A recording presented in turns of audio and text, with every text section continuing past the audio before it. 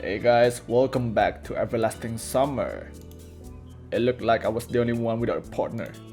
Slavia was enthusiastically discussing something with Olga Dmitrievna. Lena was with Miku. Electronic was of course with Shuri. The couple of nerds. Well, it might be not a bad idea to go alone after all. Semyon, the voice of the camp leader, pulled me out of my thoughts. I went up to her reluctantly. I see that you haven't found a partner. Oh, you poor guy, you don't have any friends, eh? Seems like it. And you'll join Xenia. Oh no! What? She's alone too. I was struck with that special kind of despair, but that only a true loner can experience. So it appears that I'm left with the pricky librarian that I wouldn't risk spending a couple of hours with even if I was paid for it. Although we both seem to be in the same boat now. I slowly approached Xenia. Well, I guess we'll be going together, nerd. She looked up at me. Don't you even think that I'm glad? Said Xenia seriously. Why on earth you should feel glad? I asked naively. Never mind. It would be much better if you just shut up.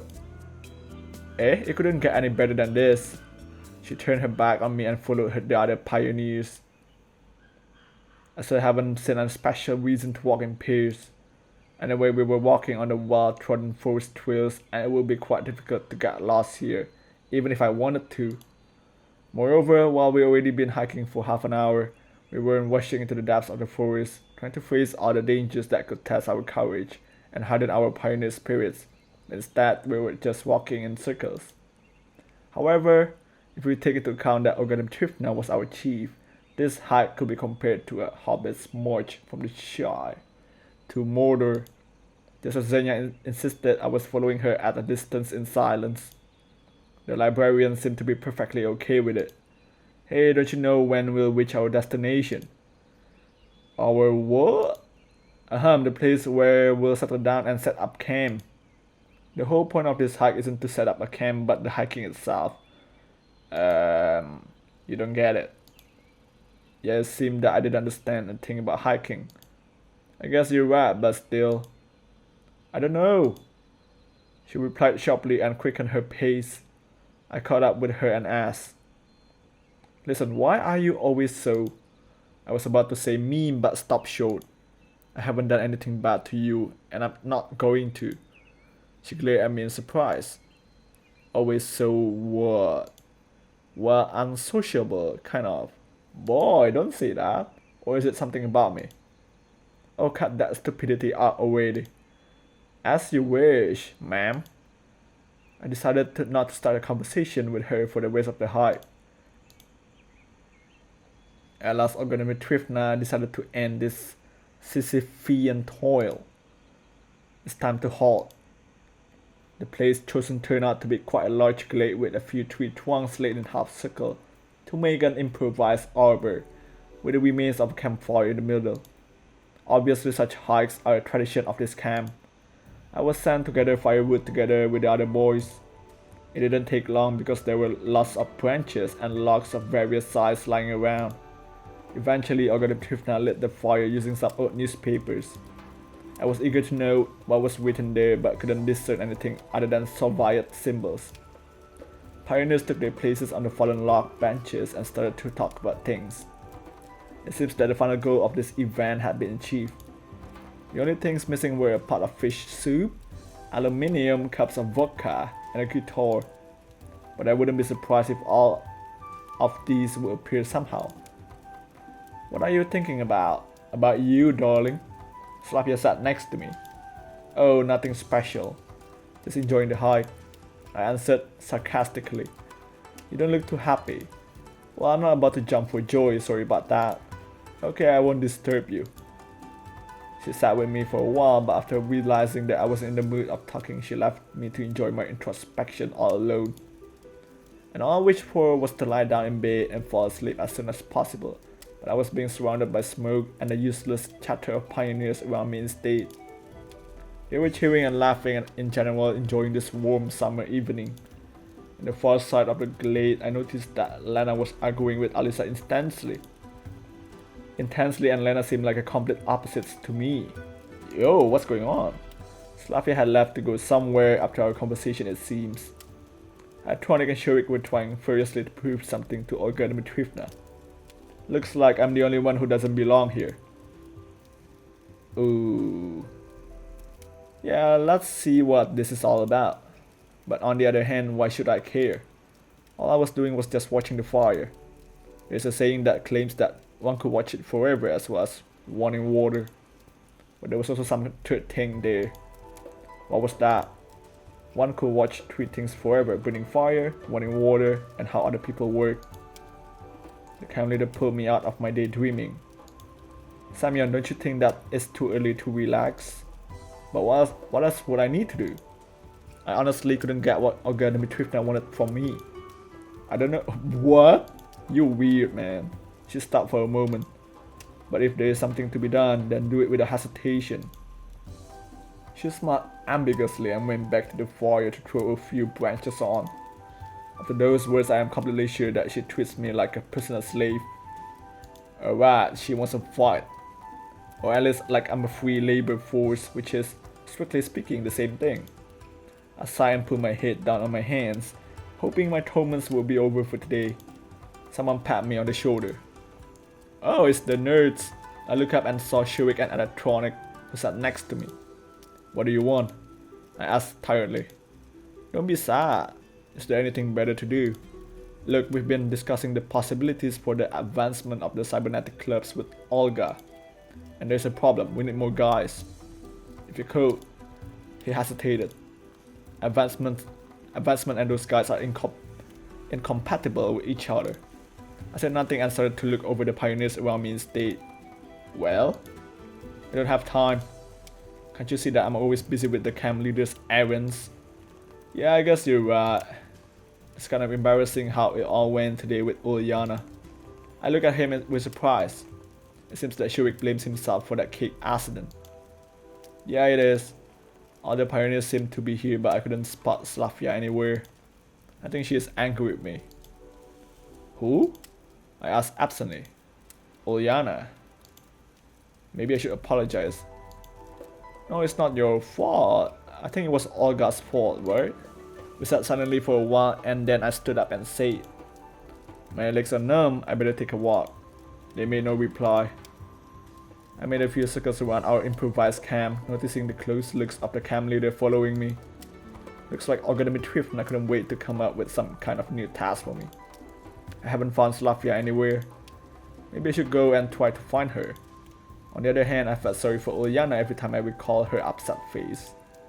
Maybe this hike isn't the most entertaining thing ever, but sitting there all alone isn't any better either. But at the same time, I didn't want to go anywhere. Well, Slavia, of course. Why would I go to Ulyana? I was absolutely sure that Slavia was alright, so I decided to stay. I guess that's enough for me for today. I sat in my previous place and waited for the end of the hike patiently, almost physically able to feel the looks of the camp leader aim at me. At last she stood up and declared, and now let's play Cities. What is that? I had nothing against the game itself, but it was obvious that the hike will take longer because of it. Pioneers sat around the fire. I noticed Lena and Alisa, who took their places on the trunk opposite me. It seems that everything is alright, and just a few minutes ago I thought the opposite while looking at their quarrel. But anything is possible. I really like to know what they were talking about, but it's impossible now, and I could feel tiredness growing in me more and more. My mind was completely blank. To be precise, my head was so heavy that there was no place in it for ideas to unfold. While in my better times, my brain appeared to be a wide highway with millions of thoughts running by, chasing one another and causing major crashes. Now it's more like a footpath lost in the woods, which is used rarely and only in exceptional cases. Slavia didn't come back. Maybe she had something to do. But once again, there's no way to find out now. Okay, let's start. Moscow. Pioneers started to name cities. Finally, it was my turn. I tried to listen closely to catch the first letter of the city I'll have to use. Arkhangelsk. We played several rounds. Each new city name made it harder to remember everything that was mentioned before. My attention was dissipating and I was already lost in all these capitals, megalopolises, villages, and urban settlements. Semyon, it's your turn. Olga Dmitrievna brought me back to reality. Oh, excuse me, and what was the last one? You daydreaming again? It was Sevastopol. Okay, then I'll say London. Already used. Really? But then, it got me thinking. There were tons of cities in the world starting with L, but it was hard to remember even one of them now. Liverpool? Already there. Los Angeles? Ah, finally. Oh, nice. She gave me a scornful look, but the game went on. I could hardly bear to think of another city starting with L, but fortunately it was the last round. Okay, that's enough for today. It's already late, time to go back. A sigh with relief. On our way back, we walked as we would like without joining in pairs. Night descended upon a camp. A perfectly regular and normal night. It was one of those nights when dark skies, stars, and even the crescent moon don't cause any special feelings, and the chirping of crickets and the sounds of the night bird seems more like routine work noises than a nocturnal chorus. In a few minutes, all the pioneers were lining up the square. It was quite late already, and fatigue took its toll, so our lineup wasn't perfectly aligned. It looked to me more like a line of Vikings after a successful battle where the warriors are happy and smiling, anticipating their return to their families, rather than thinking about maintaining correct formation. But someone else could possibly be a completely defeated troop or a bunch of survivors who have to march to their homeland with the last of their strength. Thanks everyone, and now go to sleep, it's late already. Pioneers quickly each went their own ways, and I was left together with the camp leader. And we should go too. We went in complete silence to Olga Dmitrievna's cabin. Okay, let's sleep together, yeah. Why not? She said, turning off the light. I was tossing and turning for quite a while, recalling all the events of the day. On the one hand, I was overcome with fatigue. On the other hand, I couldn't shake the feelings that I'd forgotten something, done something wrong, and said something wrong. And this feeling of incompleteness was tormenting me. It was about 2 a.m. All bad things would end sooner or later, or at least would take a break. I fell asleep.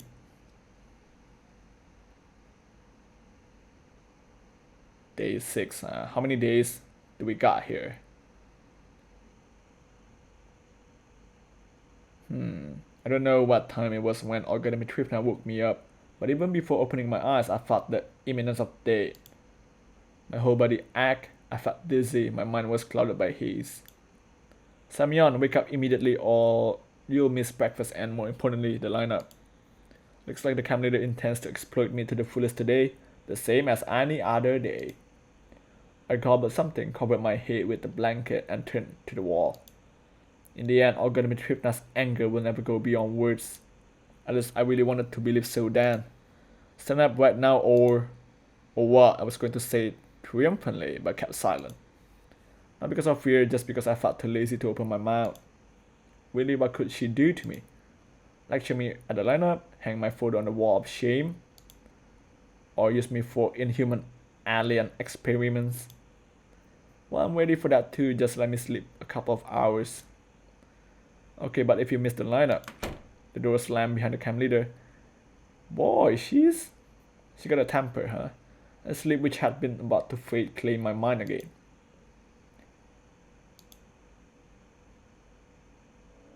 I woke up dazzled by sunlight. It was 1 p.m. according to my cell phone, which was squeezing the last drops of charge out of its battery. Strangely enough, my body didn't ache, my head felt clearer, and all in all, it was a good beginning of the day. After waving my arms, pretending to do early exercises, I sprang out of the cabin and headed to the washstands. Yeah, I slept through breakfast, but will be served lunch soon, so I shouldn't worry that I have to stay hungry, like I did yesterday. Whoa, who is this? Along the way, I met a pioneer whose face somehow looked strangely familiar. No, it's not. But I was going so fast I couldn't really see him, and when I turned around, he was already gone around the corner. What? Is that a ghost or something? There was nobody near the washstands. Everyone is probably busy with Olga Dmitrievna's task and God knows what else. I quickly brushed my teeth, washed my face, and was already going to leave when I suddenly heard the sound of water flowing from the opposite tap. Boy, it's the creepy guy with no eyes. A pioneer leaned against a washstand over there. I couldn't see his face, but judging by his figure, he looked like the one I saw a couple of minutes ago. How are you doing? The sun's so bright today. I looked up into the sky, shading my eyes with my palm. Yeah, nothing special, dude. It wasn't easy to get a better look at the pioneer, given the way he stood. The bright sunlight that reflected from the water and shiny metal surfaces of the washstands heavily obscured his face, and I wasn't able to distinguish any single feature. The camp leader is angry today, so angry. His voice sounded painfully familiar too. Well, she's always like that. Well, you know better, yeah. I try to remember if I've ever heard this voice or seen this pioneer before. Well, see ya. He turned the water off and quickly marched towards the forest path. For a second I thought of following him, stopping him, but I quickly fought it off, as I decided that it's not worth spoiling such a great morning with suspicions and burdensome speculations. Nature was glowing with the bright light of life. Large treetops were rhythmically swaying in the wind, whispering to each other. The breeze gently stroked the high, emerald grass. Birds were cawing in the shade, escaping the midday heat. The woods and fields, stretching beneath the horizon, were dissolving in warm sunlight. I don't know which month it is, but now it looks like midsummer. I distinctly remember the summer vacations of my childhood and youth, times of fun, leisure, and carefree joy. Childhood games, how many there were. I wouldn't say no to playing war games or hide and seek now, or swinging on a bunny, or maybe building a sandcastle and inhabiting it with toy soldiers, ready to defend their master to the last drop of their plastic blood. I went to the square and sat on the bench, waiting for lunch. It looked like there wasn't much time left before it. From time to time, pioneers passed by me, sometimes alone, sometimes in pairs or groups of a tree. But always someone I didn't know. Alyssa, Uliana, Elena, or Slavia were nowhere to be seen. Thoughts about the meaninglessness of existence were circling in my brain, but this didn't worry me on such a beautiful day. Just think about it, who could think of grieving for his life lived in vain or lost only while basking in the waves of such a friendly sun? Certainly not me. I looked upon Genda. He was meditating as always. No, he definitely never gets any unnecessary doubts. I remember that my first hours in this camp and the day before, the anguish, the anxiety and the fear. That all seems so far away now, although so little time has passed. Would I get out of here or not? It didn't concern me as much as before. Maybe I'm already dead. Then this is the last stop, please get off the train. Oh! Man, this guy is creepy. Wow. What are you thinking about? I looked up and saw that pioneer I'd seen before. I couldn't see his face again as the sun was shining in my eyes. You know, life. It seemed he would sit down next to me, but the pioneer stayed in the same place, only half turned, which completely killed any hope of seeing his face. Listen, have we met earlier? I don't think I remember you. Well, let's say that you know who I am. But I don't. I laughed sincerely. Here, you don't. He answered short. So, this guy also came back from the future or what? I see. Honestly, it's not like I didn't want to talk. I just didn't know what to talk about. And my soul was so calm that this didn't bother me. Your first time here? He asked a question, but his tone implied he was only expecting a confirmation. Yes, and you? Me? He paused for a few seconds. No, it's not my first time here. One might say that I visited this camp every year since my early childhood. Such an answer got me interested. Well, and what was it like before? It's always the same. Olga Dmitrievna being the camp leader, all the same pioneers around, all the same lineups at the morning, and all these wicked accidents. For a moment I thought that it was me speaking, not him. Interesting. It's just that with every new... Oh! He hesitated. No, I don't think that's what you want to say earlier. More and more interesting things happen and one gets to understand better what's going on. What are you talking about? This conversation positively triggered my curiosity. It's a pity that I can't distinguish the face of this pioneer at all. So, like, what does he mean? Like, new guinea pig? Like, pulling people from the future here? Huh, interesting. Well, every session in the pioneer camp reminds of the previous one, he said calmly. Probably. This is my first. It shows. The pioneer grinned. But it looks like it won't be the last. Was fun here and all, but you know how they say there's no place like home, but you still have got to get back there. Now, I was absolutely sure that this guy was hiding something from me. To be precise, he stood out too much from the camp's usual ordinariness and was too different from the local inhabitants. What do you mean? You think I'm stuck here forever or something? I said, enunciating every word. The pioneer had no time to answer as the lunch bell sounded. No! Damn you, bell! I turned my head towards the loudspeaker, and by the time I looked back, the guy was already gone. Yo, he's a ghost! Thousands of theories and speculations instantly appeared in my mind, but I stopped myself, remembering all the apparent normality of this camp. After all, nothing supernatural has happened in these 5 days. No, how about that girl that whispered to you in the bench, and then just like gone like that? Moreover, everything here seemed too natural, sometimes even boring. No, how about Shurik? He was possessed, right?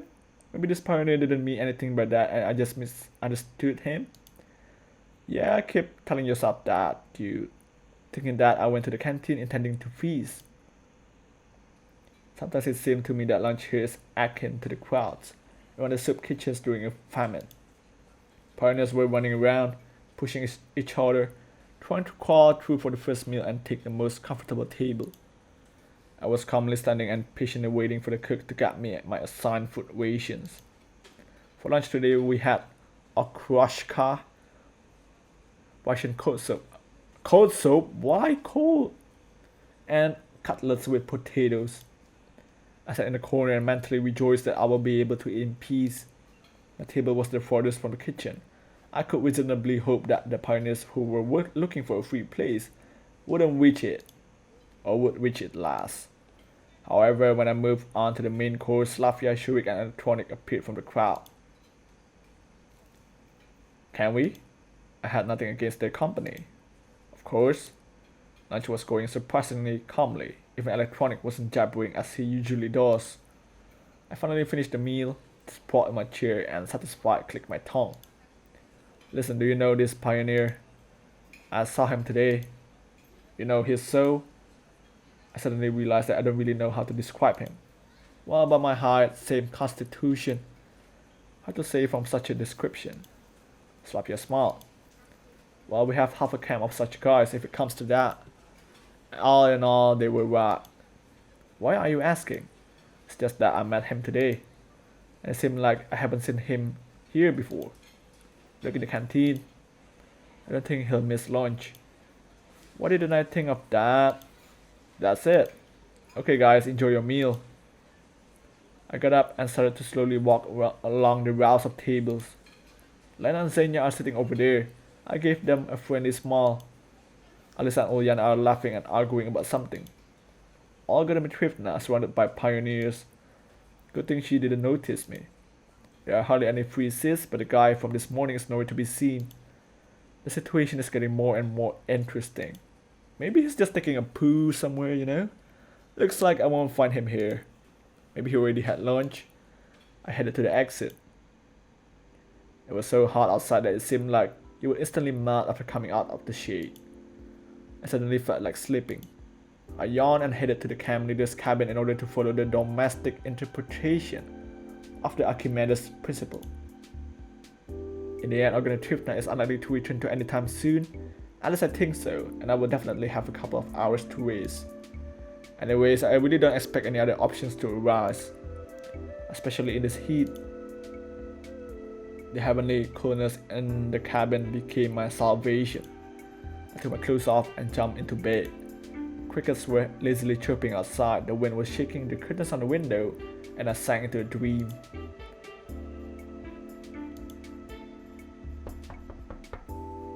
Knocking on the door woke me up. The knocks were soft but insistent. Don't tell me it's that guy. I reluctantly got up and went to open it. Strangely, there was nobody on the doorstep. What? I rubbed my eyes and stepped out to look around. All the same, no one around. Boy, what's wrong with this place? A dream, maybe. It was already 4 o'clock. I felt jaded. I probably shouldn't have slept in the afternoon. After all, I knew what was going to happen. I put on my boots, left the cabin and locked the door. But where shall I go? All in all, there's not much time till dinner. A sudden thought came to me that it would be nice to refresh myself. So I went towards the beach. The sun has passed the midday mark a while ago. It gets dark early here in the south. I squinted and looked up at the flaming disk. Who was that just now? I flinched. The same mysterious guy was standing in front of me. And once again his face was hard to see due to the bright light. Why? For a moment the sun blinded me so I could not see anything besides the faint contours of objects. It's already evening, so why is it still bright? Are you stalking me? No, I was just passing by. He answered calmly. Then you should know better. So you haven't seen anyone, correct? Wait, what? I rubbed my eyes but it did not help. Why didn't I see you at lunch? I asked bluntly. I wasn't hungry. Oh, really now? He laughed. I blinked a few times and my vision came back, but the pioneer had miraculously disappeared once again. No! He is really a ghost, huh? What the hell is going on here? Now I was absolutely sure that there was something strange about that guy. He must be directly related to everything happening around here. I will have to find out. But for starters, it's good to confirm that I am not mistaken, and that he is not just a local pioneer. It was quite crowded at the beach. It looked like everyone from the camp was here. Well, no wonder it's so hot outside. Olga Dmitrievna was standing just a bit further apart from everyone, keeping an eye on her army of pioneers. As soon as I thought that coming here might not have been the best idea, she noticed me. Hey Semyon, you weren't at the lineup, and in general you are just lounging around all day. I do not know how to answer. Give me a break, girl. And just how are you planning on becoming a proper pioneer? I don't plan to be one. She continued more softly. Olga Dmitrievna in the camp.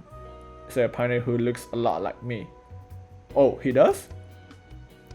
Wait, now that's interesting. She looked surprised. Maybe, I don't know. Why do you ask? Oh, I am just curious. Well, we have a lot of boys here. Alright, never mind. Someone's yell came from the riverside and Olga Dmitrievna rushed in its direction. Well, it looks like I will be spared a lecture. I lowered myself onto the sand and stared at the pioneers playing in the water. After a few minutes of sitting here, Oljana approached me. Why so sad? I'm not sad. Well, why are you here sitting all alone? Just thinking. About what? I decided to spare her my story about the mysterious pioneer. Well, imagine that you are chatting with a weird person, and you have to figure out what exactly is so weird about them. Simple, I would just ask them. She laughed. Too simple. But he won't answer. How do you know? Have you tried asking? No, but it's obvious. Oljana did not answer, just sat down next to me and let out a tired sigh. I'm all swim out. And what if they know something, but won't tell you? Make them. But how? And why are you blushing? That's weird. For a bit longer we sat together talking about random things, and then I got up, said goodbye and went away. It's time to find the mysterious stranger and get all the answers. The first place to visit was the bus stop. After all, this is where it all began. The world was empty as always. Only small dust tornadoes were occasionally visible on it. I was ready to turn around and go back to the camp, but then I heard someone whisper, "Don't trust him." What? Someone was hiding behind the monument. A pioneer was sitting there with his back to me. And once again the voice seemed strangely familiar. Who are you? I took a few steps towards him. Stop, don't come any closer. For some reason I froze in my tracks. From somewhere deep inside an assurance came to me and I understood that I shouldn't argue with him. Alright, I'll stay here. Have you seen him? Talk to him, he asked nervously. Who are you even talking about? He was dressed in a pioneer uniform. You know who? Boy, is there like a lot of version of me or something? This is really weird, man. And I definitely did know he was talking about the weird pioneer I saw earlier. Yes? I answered after a few moments of silence. What did he tell you? The pioneer asked in a pleading tone. Nothing, really. Did he give you advice? Did he tell you what to do? Threaten you? No, nothing like that. Of course, he seemed pretty weird, but nothing more than that.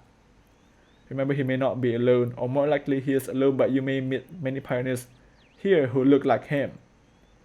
Huh, including you, huh? And what about you? Who are you? Who are you hiding from? You will understand in time. Just remember, the most important thing is to find the exit. I'm guessing that's me. So there's like me from, I don't know, like from this time zone and from this time zone, and then it's everlasting summer, so we're stuck here forever. That's why the pioneers never give information about anything related to the exit or the nearby whatever island. Man, this game is interesting, but it's really complex. All of a sudden, a strong gust of wind came through, whipping leaves from the trees and throwing an old paper bag into my face. Shielding myself, I averted my eyes. When I looked back at the monument, the pioneer was already gone. At that moment, I was overwhelmed by fear. Almost tangible fear. I remember being scared during my first hours at this camp, but back then everything around me seemed kinda friendly. Now Sophianak revealed its fangs, getting ready to eat me. And ahead, the unknown. My body was covered in goosebumps, my throat was dry and my hands were shaking. I tried to ignore it all and headed back to the camp.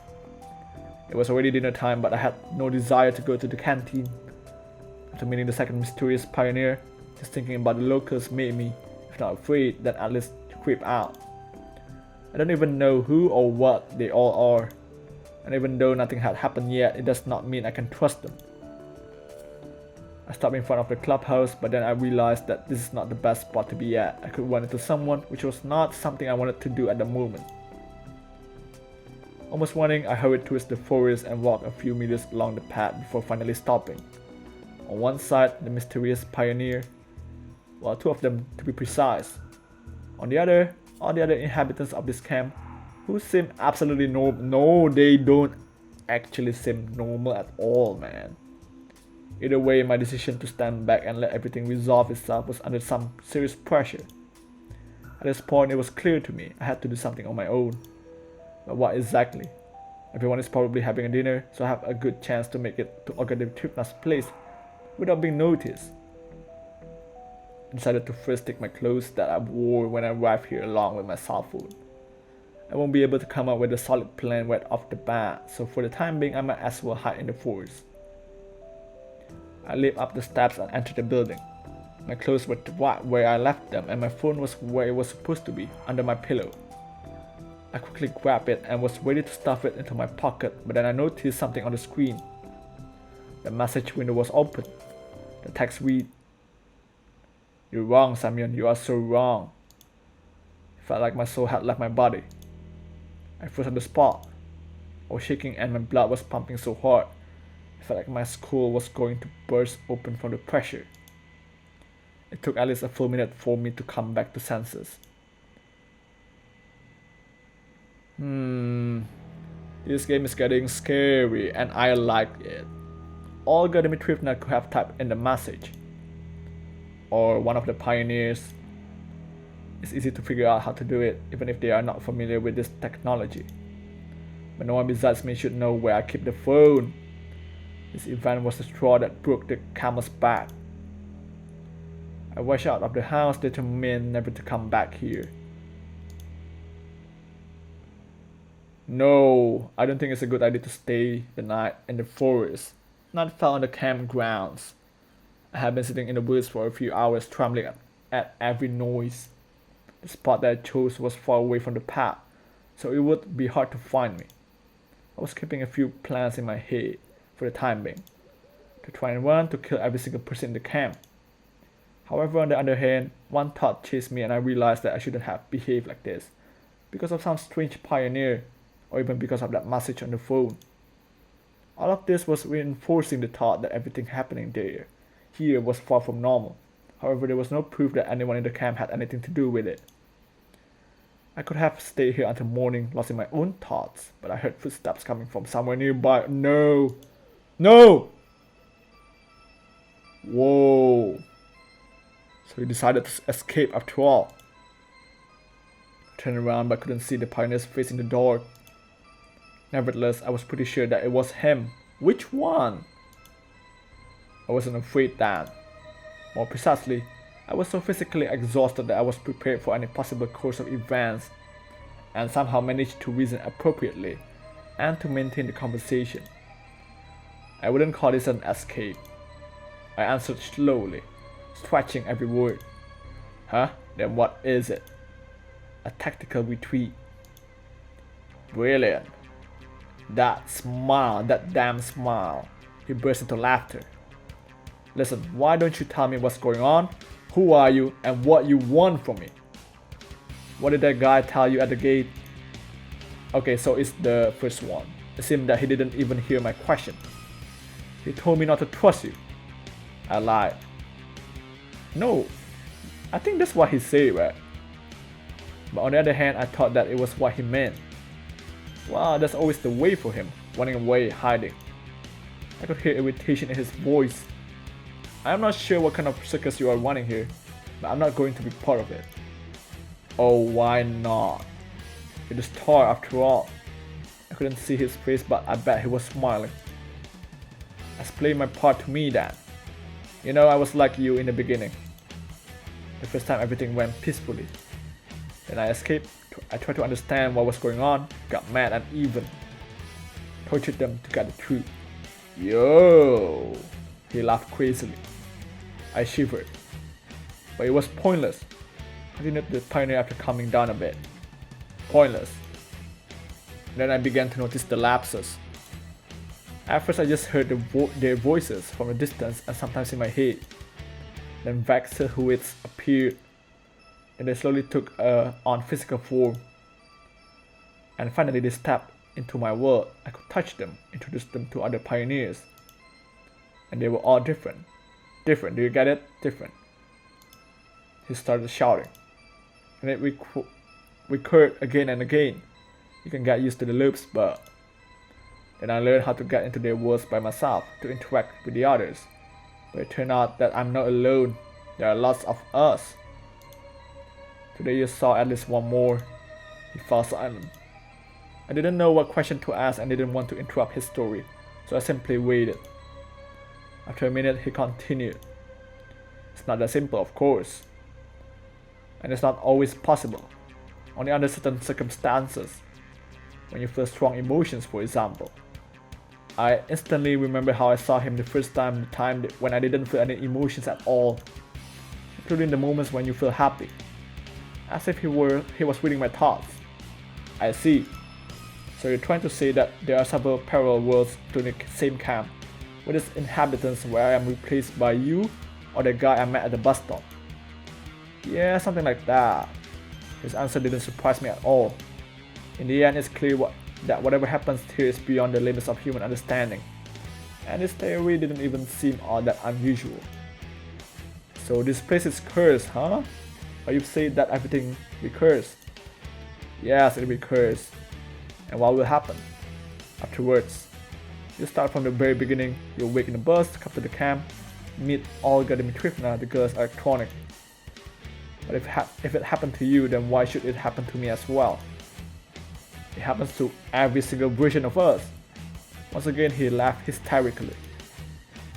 And how many loops have you experienced so far? I stopped counting them already. Boy. At first I tried to remember them though. Maybe if you hunt what? That's a lot. No wonder it was very clear to me that this guy was suffering from a progressing mental dysfunction. But you searched for a way out, didn't you? He didn't answer. That's what the guy at the bus stop was talking about. Because he understands nothing. Damn it. He shouted. Because he's just like you, constantly running away, hiding. What would you suggest then? If I had any suggestions, I wouldn't be standing here talking to you. Alright, but you were trying, weren't you? Are you trying to understand what I know since I've been around here for a long time? He asked cheerfully.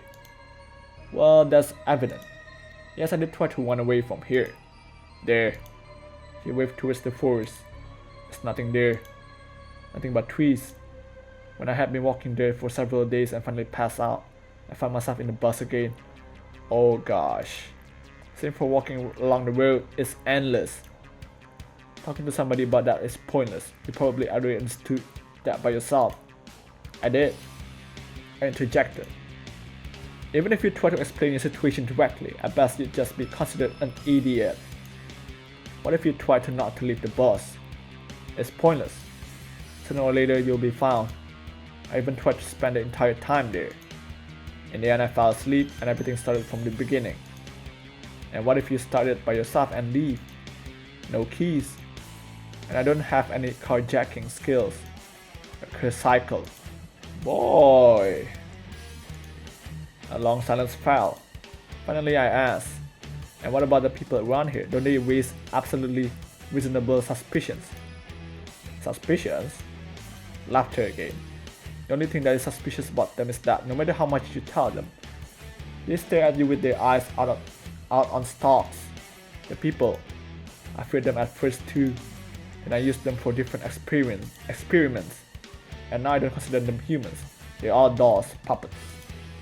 You can easily predict any reaction, any word or action.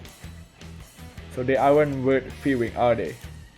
The one word fearing is yourself, he said softly.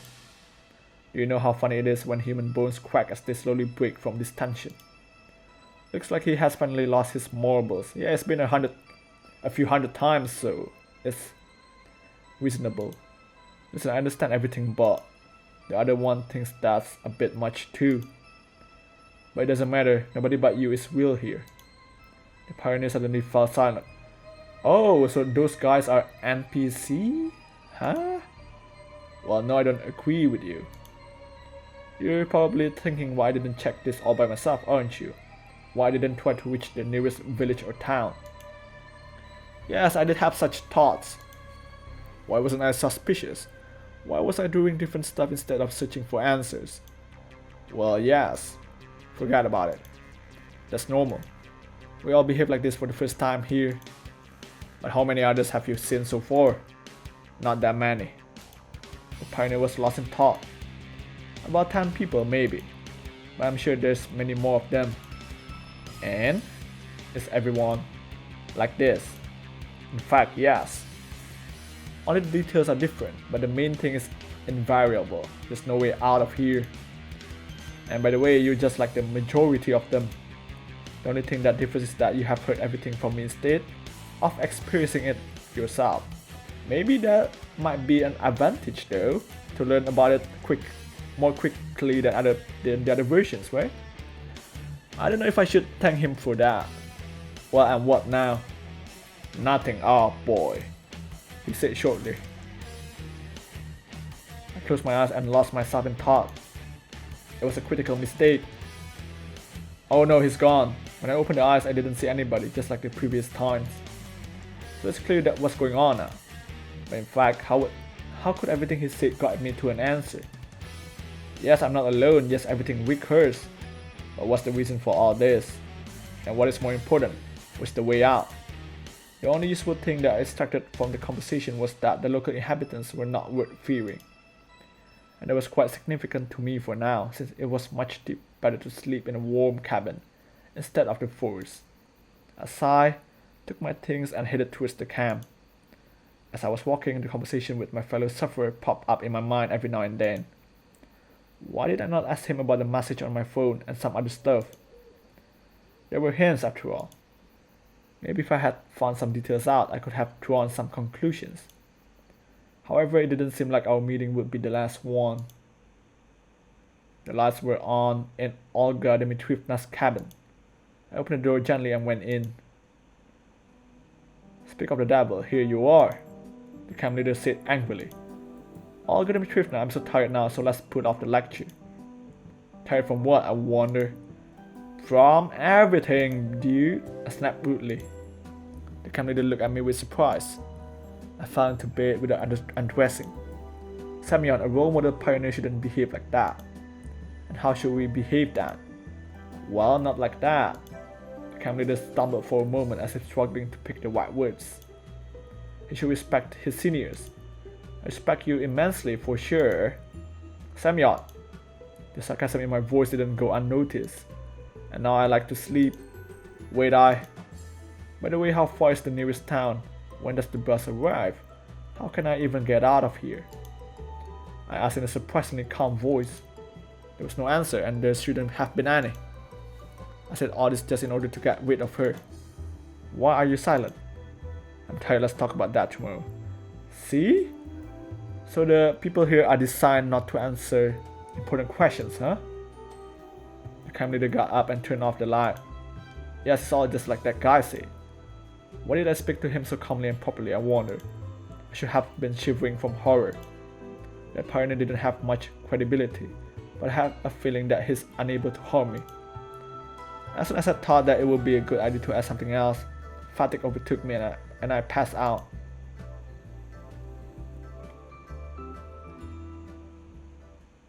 This game has become really interesting. Day 7. Alright. I have a feeling that things might occur in this day. The last day of the week. The bright sunlight was striking my eyes even through my eyelids. I stretched out lazily and quickly got myself out of the bed. It was 2 p.m. What? That's late? Looks like yesterday really finished me off and my body required much more time to recover than usual. I had a stroll around the room thinking of what I should do today. Obviously my life in the camp would never be the same again after everything that I heard from that strange pioneer. And then everything just as he said, I have plenty of time ahead. I grabbed my hygiene kit and went outside. I managed to take only a couple of steps as somebody went into my bag. I turned around and saw Alisa. Hey, be careful, said she indifferently and went on her way. She had some kind of a bag in her hands. Whatever, yet another ordinary day in this crazy place. I finished brushing my teeth and then spent an eternity washing my face with ice cold water to bring myself to my senses and refresh my head at least a bit. I felt a bit better after that. Suddenly the hope struck me from nowhere. It wasn't a hope that I likely to leave this place safely. Whether I just didn't want to believe that everything is as bad as that guy told me. Oh, he's here again. Good morning. I heard a faint voice coming from the woods. Someone stood behind a tree. Morning. Are you ready? Huh? For what? Ready for what? I looked again and it seemed like it was the pioneer from the bus stop yesterday. Oh, the different one. Indeed, I was prepared for such witness today, so I wasn't really surprised and started this conversation quite clear-headed. You didn't believe him, did you? What are you talking about? Everything that he said. Alright, but what is your opinion on what is happening? I had already distanced myself from the outside world and decided to treat everything happening to me just like a fictional film, not reality. Oh yeah, now that I think about it, that guy might be lying. The one in the forest, right? We never knew. Hopefully it will give me more room to move around in terms of situational logic analysis. There's an exit, there has to be, he said excitedly. I don't know, but I like to believe that too. If you just... Semyon. I turned around. By the way, nice outfit, Slavia. Slavia was standing right next to me. Who were you talking to? Oh, you can't see him? No one. Just talking to myself. Literally, actually. I only think it's worth telling her about aliens from parallel worlds. She probably can't even see them anyway. Have you prepared already? Prepared for another hike? No. Today's the last day of the session. Last day of the session. Oh, so this is the end of the first loop, huh? What? A stupid smile settled on my face. There will be a bus this evening. We're leaving. Oh, so it's a 7-day loop, huh? Interesting. Holy cow. I was ready for even the most incredible of twists, but was this what that mysterious pioneer was talking about? Probably it was. Well, apparently I have to go for a second lap and live yet another week in this camp. But this time I know everything. I haven't packed yet. It's not like I have much to pack anyway. Okay. Slavia shifted her gaze. Seemed like she wanted to say something but hesitated. Well, I'll see you then. Yeah. I had to ask when we're leaving at least. I went to the square with the intention of discovering that there's got to be someone I know there. But believe it or not, there was only Genda waiting for me at the square. Probably other pioneers are busy with packing. I took a seat on the bench and just stared at the sky. It turns out that today I just have to wait for the departure, pass out on the bus and wake up in this camp again, just like the first day. Everything was drowning in silence. It's exactly that time of a summer day when the sun seems stuck in the sky, the birds and crickets have gone for an after-lunch doze, and the wind is saving its energy to deliver long-awaited coolness to people in the evening. Suddenly it crossed my mind that I haven't just missed lunch, but I haven't had any breakfast either. It was ridiculous to search for anything in the canteen. The pioneers had surely cleaned up everything just before the departure. I scratched my head and made my way to Olga Dmitrievna's cabin. Surely there should be something edible in the table's drawer. Someone called for me just as I approached the door. Chewik and Electronic swiftly approached the cabin. Are you already packed up? Already packed up, yeah. I answered, imitating him. You haven't quite been yourself the last few days. What makes you say that? How should I know? You know better. I mean, why are you so concerned? No reason. A real pioneer always treats a comrade's problems as his own. I cast a skeptical look at him. Thanks for your concern, I'm fine. There actually was half a loaf of stale bread and a piece of smoked sausage in the drawer. I fed everything with deliberate pleasure, washing it down with smelly water that Olga Dmitrievna probably used to water the plants. Boy, what? Just as I finished, someone started knocking on the door. Come in. Oh, it's you. Olyana rushed into the room. Oh, it's just you, she said disappointedly. And who did you expect to see? A circus complete with bears? Olyana giggled. Where's Olga Dmitrievna? Don't know. I shrugged. Why not? I don't know because I don't know. What do you want from her anyway? Got to ask something before the departure. Okay, I'll tell her that you were searching for her if I see her. By the way, why aren't you packing up? Like I have much to pack. Well, see you. She cracked a sly smile and bounded out of the cabin, slamming the door behind her.